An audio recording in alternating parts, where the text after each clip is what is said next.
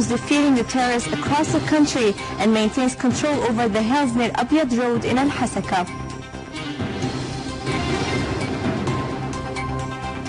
Politicians, parliamentarians and media personnel from 25 countries discuss fighting terrorism and religious extremism in a two-day conference. The Languages and Civilizations event is launched at the Higher Institute for Languages at Damascus University.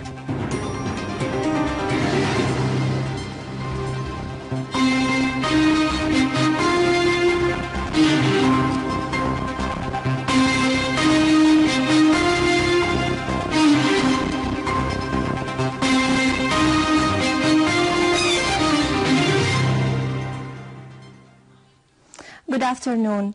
The International Conference on Combating Terrorism and Religious Extremism, which has brought together political, religious, cultural and social delegations and figures from 25 Arab and foreign countries, continued its activities in Damascus today. During the conference, Prime Minister Halki affirmed that hosting the conference in Syria, the Prime Minister reiterated that the war targets the entire Syria, homeland and people, and not only the regime. He affirmed that the Syrian government will proceed with its efforts in fighting terrorism, as it will continue boosting the combat capabilities of the army and the armed forces. Minister of Justice Najm al-Ahmad also addressed the attendees, criticizing double standards of some countries towards what is taking place in Syria and their attempts to give legitimacy to the acts of the terrorists who are fighting the Syrian people.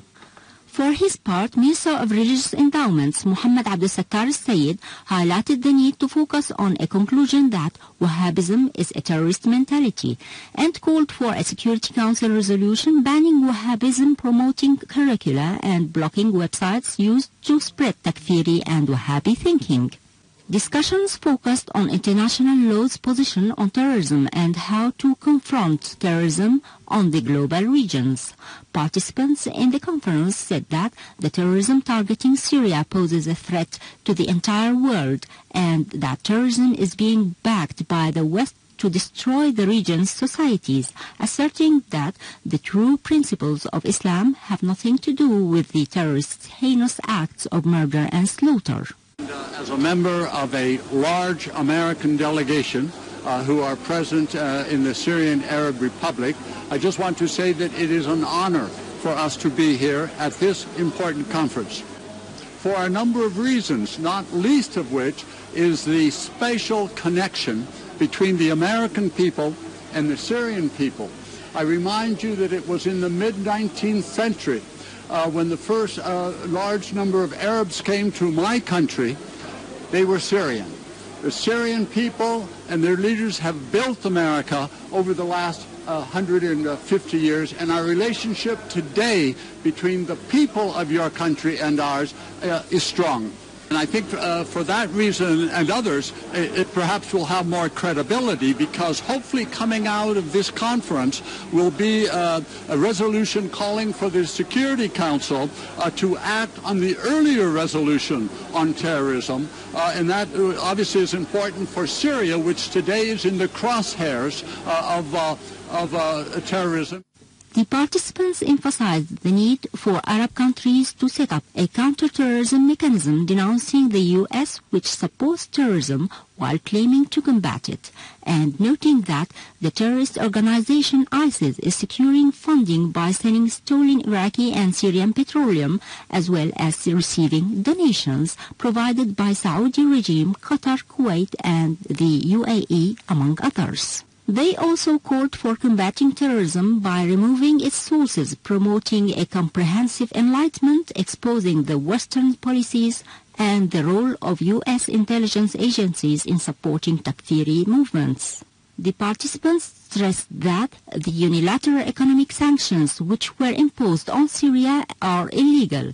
They stressed that the world's silence over terrorism supporting countries in the Gulf and the region violates the international laws.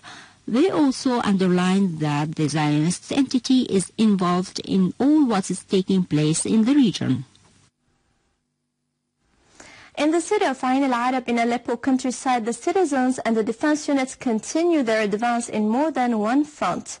The defense units proceeded on Aleppo's road to reach the southwestern outskirts of the city, near the village of Tarmak. The defense units also regained control over a headquarter in the city center after the terrorists had taken it, following a suicide bombing in the square.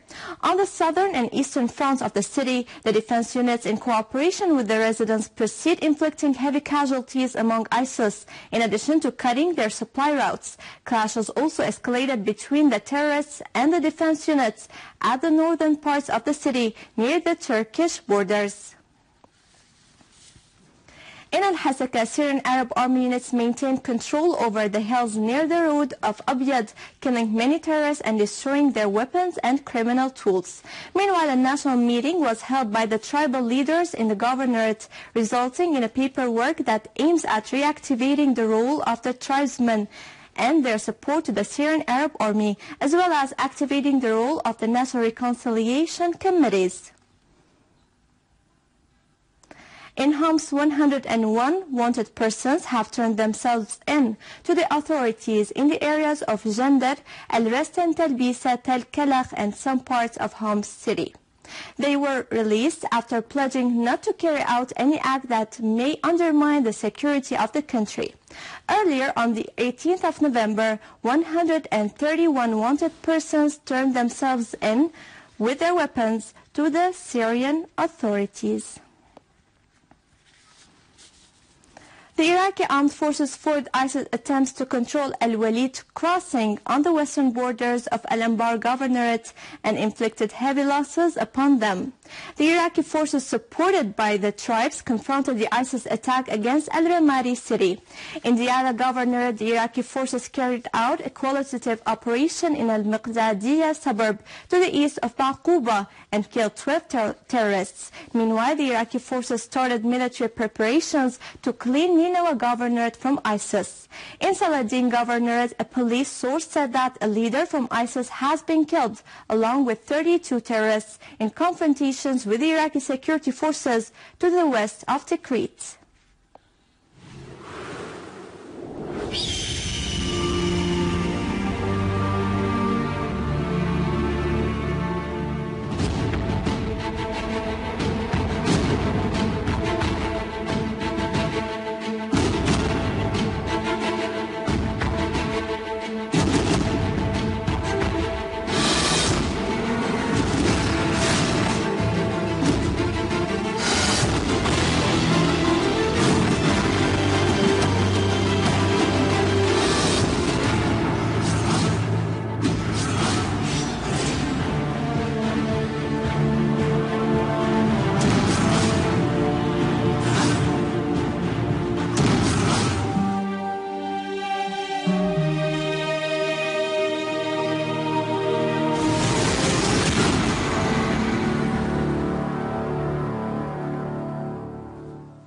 In a new proof of the connection between Erdogan's regime and ISIS, head of the Peace and Democracy Party revealed that ISIS terrorists launched an attack on Ain al-Arab Syrian town from inside Turkish territories, saying he has images and video clips as proof. He wondered how those terrorists were allowed into Turkish soil through the borders without being stopped by Turkish border patrol units. This, as tons of reports and facts on the ground prove that the government of the Justice and Development Party has been funding and arming terrorist organizations in Syria, which led to the spread of those groups further. Hundreds of Turks took to the streets denouncing the support provided by the Turkish government to ISIS in Syria. Angry crowds demonstrated in the southern cities of Diyarbakir and Morsit Binar against Erdogan's support to ISIS. Meanwhile, police forces of Erdogan's regime assaulted students who tried to protest before Erdogan's palace against the high school expenses. Security forces used tear gas, beating up the students and arresting 22 of them. This is the first protest to be staged in front of Erdogan's palace. The UN started an investigation over the abuse of migrant workers in the UAE and the violation of their rights to the extent of slavery. The Guardian disclosed that the investigation started following complaints by the International Trade Union Confederation, pointing out that Gulf states were unable to maintain a legal framework of respecting the rights of migrant workers. The Languages and Civilizations event was launched yesterday at the Higher Institute for Languages at Damascus University, organized by the university in cooperation with the Iranian and Armenian embassies and the Russian Cultural Center in Damascus. The event involves 3 cultural weeks for Iran, Armenia and Russia, in addition to movie screenings, lectures, seminars and a book fair, with the event concluding on December 18th with marking the World Arabic Language. Higher Education Minister said that this event is a chance to strengthen the cultural ties between Syria and the friendly countries, stressing the importance of languages in spreading the exchanging science and knowledge. For her part, the representative of the Armenian ambassador to Syria said that this event will help bolster the academic cooperation between Syria and Armenia and showcasing the Armenian culture, asserting the embassy's readiness to support any similar activity. In turn, cultural consultant at the Iranian embassy in Damascus said that the strong bonds between Syria and Iran is due to the shared history of their civilizations, noting that Iran provided about 250 university scholarships for Syrian students. Similarly, Assistant Director of the Russian Cultural Center pointed out to the deep-rooted Syrian-Russian relations in the field of culture, with the most recent milestone in them being the recent opening of a department for Russian language and literature at Damascus University.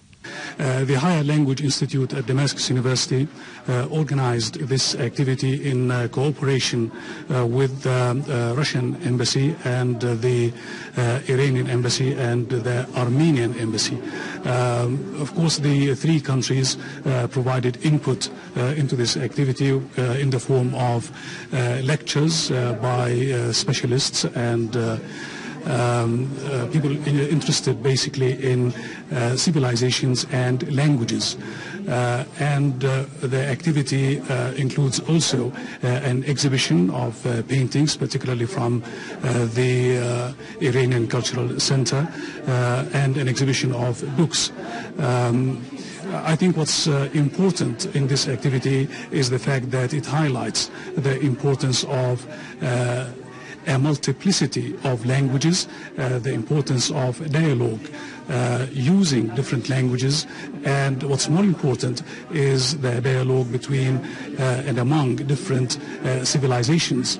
The Higher Language Institute at Damascus University has always been at the forefront of promoting the teaching of languages, of course including the teaching of Arabic language to foreign students, in addition to the other departments which teach English, French, Russian, Armenian, Kurdish, Chinese and Spanish and other languages. So I think this activity encapsulates all these efforts made by the Higher Language Institute in order to promote language learning, cultural interaction and dialogue among civilizations. I think that knowing the other and knowing the friend is a very good way in helping us know ourselves. It's a very important activity in helping us know ourselves.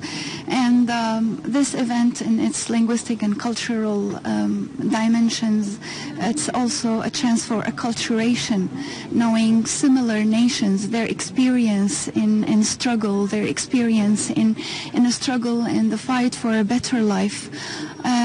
It's a chance for knowing ourselves better. It's a chance for meeting. It's a chance for learning and widening our horizons. I always love events like this and hope always to benefit and raise the level of our awareness through them. Thank you. these conferences reflect how we are collaborating with other cultures, and how we are open to other nations, and how we want to build the bridges amongst nations. And in this regard, I wish the best for our country. I wish the best for our friends from other countries, for the well-being of those nations who work together to fight against terrorists and terrorism, and who want to build the human being. As part of the event, a book fair was opened at the Higher Institute showcasing works of literature and linguistic textbooks, in addition to paintings from the Iranian heritage, along with the traditional Iranian handicrafts. With this, we conclude our news for today. Thank you for watching. For more details about Syria and the region, and to view this bulletin again, you can always visit our website in English, syriaonline.sy. Now to latest business and market news with Sirina, but after a short break.